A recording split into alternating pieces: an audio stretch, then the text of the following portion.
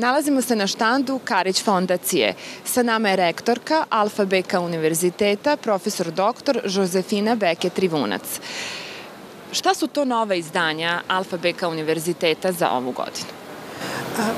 Hvala vam puno na ovom interesovanju za Alfa Beka univerzitet. Ove godine imali, pored nekoliko monografija, najviše pažnje smo posvetili našim časopisima. Imamo na svakom fakultetu po nekoliko časopisa, odnosno svaki fakultet ima po jedan časopis. Ja sam matično vezana za fakultet za trgovinu i bankarstvo i mi imamo časopis Glasnik za društvene nauke na koji smo veoma ponosni jer nam služi nam za objavljivanje ne samo naučnih radova nastavnika, već i naučnih radova naših doktoranata i tu i tamo i po nekog studenta koga uključimo u tim za izradu časopisa. Nalazimo se na štandu Karić fondacije. Šta je značajno za ovu godinu od izdanja za Karić fondaciju? Pa prvo moram da vam kažem da mi svi koji smo zaposleni u BK Dana Holdings grupi, ne samo ovde kod nas u Republici Srbiji, nego širom zemljine kugle, naša grupacija predstavlja jedna od 100 najvećih i najkvalitetnijih konglomerata koji se bave biznisom. Mi smo na World Finance listi upravo član te povlašćene grupe 100 najboljih. Imamo jedan ogroman nivo ponosa i ličnog zadovoljstva što naša Karić fondacija ovde u Beogradu tradicionalno na svakom sajmu knjiga izlaže sa najboljim mogućim izdanjima koje su uvek izuzetno i primećena, a istovremeno i popularna među čitaocima. Konkretno, evo recimo, ovo je jedan primer našeg izdanja u toku tekuće godine. To je spomenar večnih srpskih prijatelja koji ostaju zabeleženi za generacije koje dolaze. I generalno taj način opredeljivanja za tematiku koja predstavlja za tu godinu težište je uvek specifično i karakteristično upravo za Karić fondaciju. Ona uvek izabere dobru temu. Prema tome, kada dođemo ovde na sajam i kada vidimo kako to izgleda u odnosu na sve ono kako funkcioniše tržište ideja, tržište dobrih tema, znamo da će Karić fondacija uvek na svoj način biti tu prisutna, primetljiva i normalno krajnje efektna. To govore i dobitnici godišnje nagrade Karić fondacije. Mislim da je Karić fondacija neko ko prepoznaje i mnogo ranije. Dobitnik nagrade Karić fondacije bio i ovogodišnji Nobelovac. Da li možete još malo o tome da nam nešto kažete? Pa to je jedna posebna priča. Mi smo prilikom novembarskog velikog obeležavanja 21. nagrade braća Karić, koja je urađena pred preko 5-6 hiljada naših gostiju u Sava centru, potencirali upravo značaj onoga što predstavlja taj nivo nacionalne gravitacije značaja Srbije i u ovom delu Evrope, ali istovremeno i na nivou svetskih dešavanja. U toj specijalnoj ediciji koja je isto ovde izložena na ovom sajmu knjiga, vidi se u jednom preseku od proteklih 21 godinu ko su sve visoko važni i uticajni ljudi koji su promenili tok i kvaliteta života civilizacije u savremeno doba, a bitno ostavili za sebe bogat legat visoko kvalitetnih, naučnih, umetničkih dela i svega onoga što u suštini čini bolji život svih nas koji se interesujemo za sve ono što se dešava u svetu. Da li možete da nam kažete više o projektu Tesla grad? Kako da ne? Tesla grad nije projekat koji je iznikao na nivou želje ili ideje. On je prosto sublimacija svega onoga što predstavlja skoro 4,5 decenije intenzivnog rada u oblasti građevinarstva.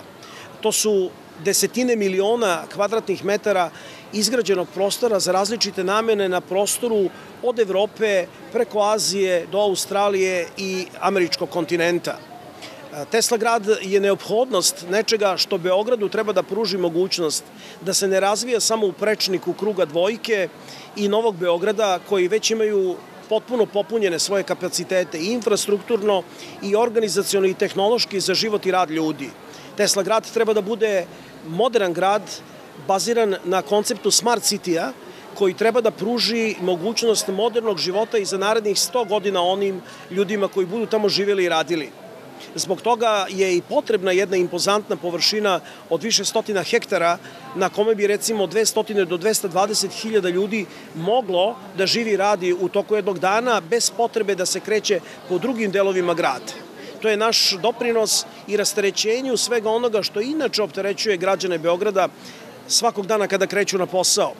Potrebno je izmestiti određeni nivo kvaliteta u privrednom, u nekom edukativnom, pa i u nekom normalnom rezidencijalnom smislu na neke lokacije kao što je recimo onostrana strana Dunava u odnosu na Beograd, kao što su obe strane reke Save uzvodnije od Beograda. To su upravo ti potencijali na kojima mi nudimo najkvalitetnija i najmodernija tehnološka rešenja koje garantuju određeni nivo samoodrživosti takvog jednog grada. Istovremeno, njegov kvalitet koji je prilagođen potpuno potrebama svega onoga što predstavlja moderna metropola.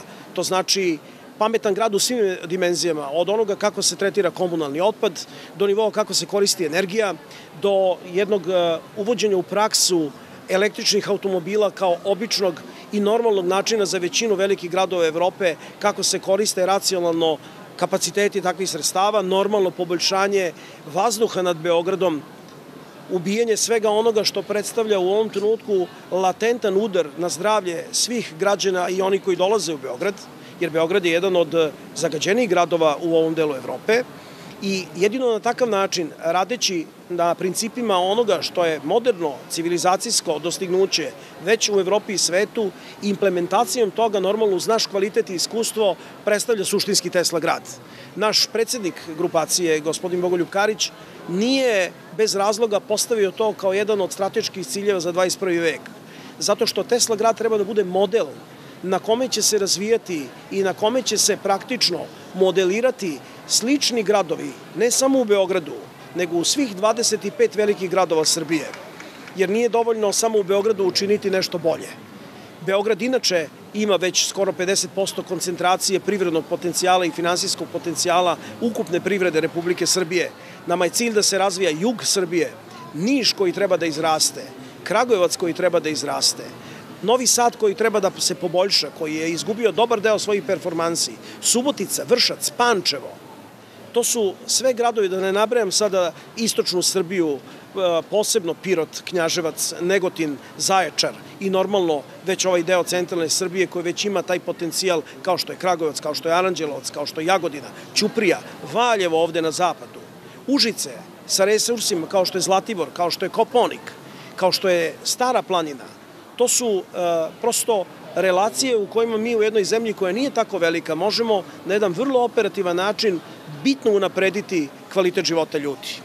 Drugo dopunjeno izdanje, sa pašnjaka do naučenjaka, Mihajlo i Dvorski Pupin. Knjigu su izdali Karić fondacija i Matica Srpska. Koliko je važan Mihajlo Pupin za Karić fondaciju i da li možete malo više da nam kažete o samom Pupinu? Kada se pomene ime Mihajla Pupina i Dvorskog i kada se pokuša na jedan način opisati sve ono što predstavlja njegov lik i delo, nije dovoljno vremena niti za razgovor, niti dovoljno stranica da se napiše sve ono što je važno ne samo za nas kao Srbiju i ne za nas samo kao građane Republike Srbije odakle on potekao, već i za čitavu svetsku civilizaciju.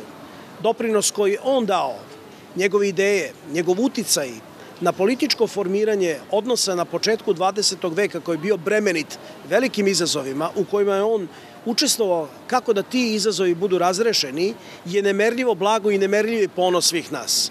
Zato ovo izdanje koje je Karić fondacija u saradnji sa Maticom Srpskom izdala kao prvo, a posebno ovo drugo izdanje koje je prošireno sa još dosta istorijskih fakata i koja daje jednu potpunu sliku onoga koliko je njegov život bio kreativan, ne samo u domenu njegove struke, nego i u domenu umetnosti, u domenu odnosa prema društvu, znači u sociološkom smislu, posebno u istorijskom smislu, u komunikaciji sa najvažnijim ljudima sveta toga doba, daje nam mogućnost da sigurno prepoznamo i deo onoga što mi nosimo u svom genu. Prema tome, vi znate da je Napoleon rekao da svaki tamo kaplar koji je u vojsci nosio u svojoj torbi tu svoju neku maršalsku palicu, a mi ovde u Karić fondaciji u BK grupi kažemo da svi mi nosimo u sebi nekog malog Teslu, nekog malog Pupina, samo je bitno koliko želimo i koliko smo motivisani da tog Pupina i Teslu koga nosimo genetski u sebi damo da se vidi, da se razmaše i da postigne rezultate. Zato ja toplo preporučujem svakome da u ovoj izuzetno faktografski i historiografski bogatoj knjizi pronađe upravo ono što čini deo i njega samog.